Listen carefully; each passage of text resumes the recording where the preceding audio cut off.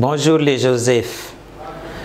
Nous sommes dans le cadre de préparatif de notre TENAFEP qui aura lieu à tout moment.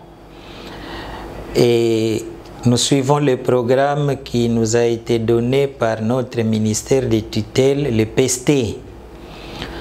Nous sommes en orthographe.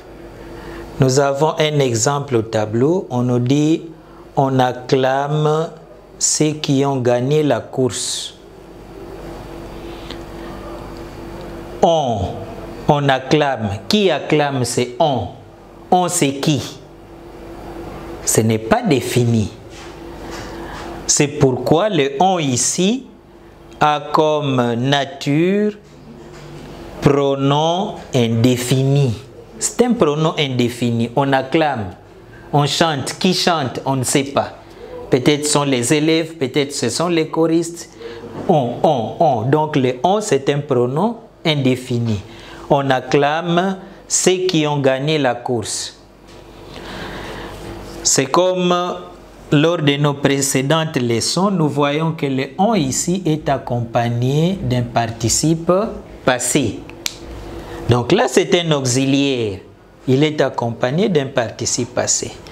Et alors, comme c'est le verbe avoir à la troisième personne du pluriel, du temps présent de l'indicatif, et les verbes se conjuguent, donc on peut changer de temps.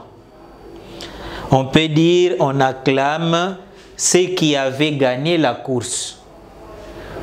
Ou on acclamera ceux qui auront gagné la course. Dans la pratique, le pronom indéfini ici, le on, peut être remplacé par l'homme. On peut le remplacer aussi par il ou elle.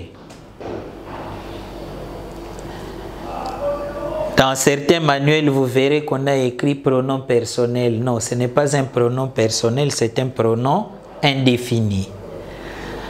Alors, je disais dans la pratique, le on du pronom indéfini peut être remplacé par l'homme ou par il ou par elle. Je peux dire ici, l'homme acclame ceux qui ont gagné la course.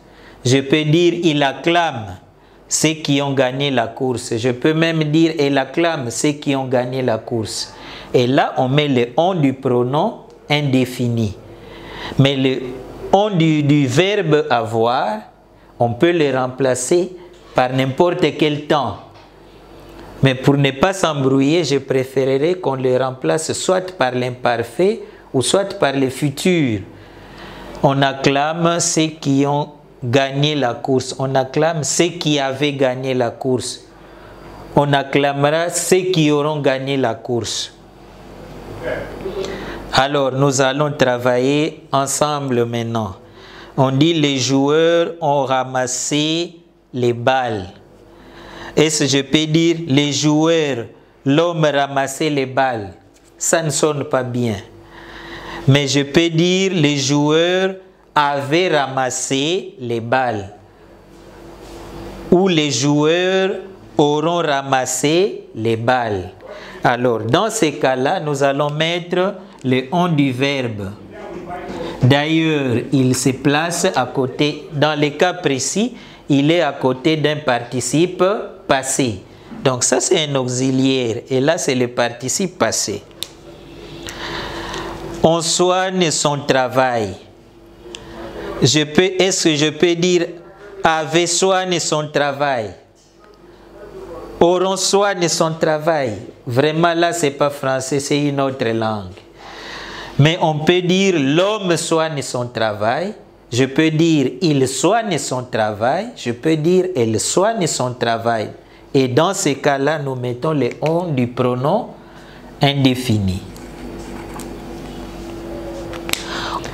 Voilà, nous sommes à l'exercice numéro 3. Écoute ce qui l'expérience. On écoute ceux qui ont l'expérience. On peut maintenant essayer de remplacer. Ici, on peut dire l'homme écoute ceux qui avaient l'expérience. où il écoute ceux qui avaient l'expérience. Elle écoute ceux qui avaient l'expérience. Donc, ici, on va mettre le on du pronom indéfini. Et là, on va mettre le on du verbe. Numéro 4, on accorde le violon. On ne va pas dire avait accorde le violon ou auront accorde le violon. C'est une autre langue que le français. Mais on va essayer avec l'homme. On va dire l'homme accorde le violon. On peut dire il accorde le violon, il accorde le violon. Dans ce cas, nous mettons le on du pronom indéfini. Alors maintenant, tu prends ton stylo et ton cahier, tu fais les exercices que je t'ai proposés ici, tu travailles. Après avoir travaillé, tu montres tes réponses à papa, à maman ou à un aîné. Respectons les gestes barrières. Nous avons terminé notre leçon. Bye bye, à la prochaine.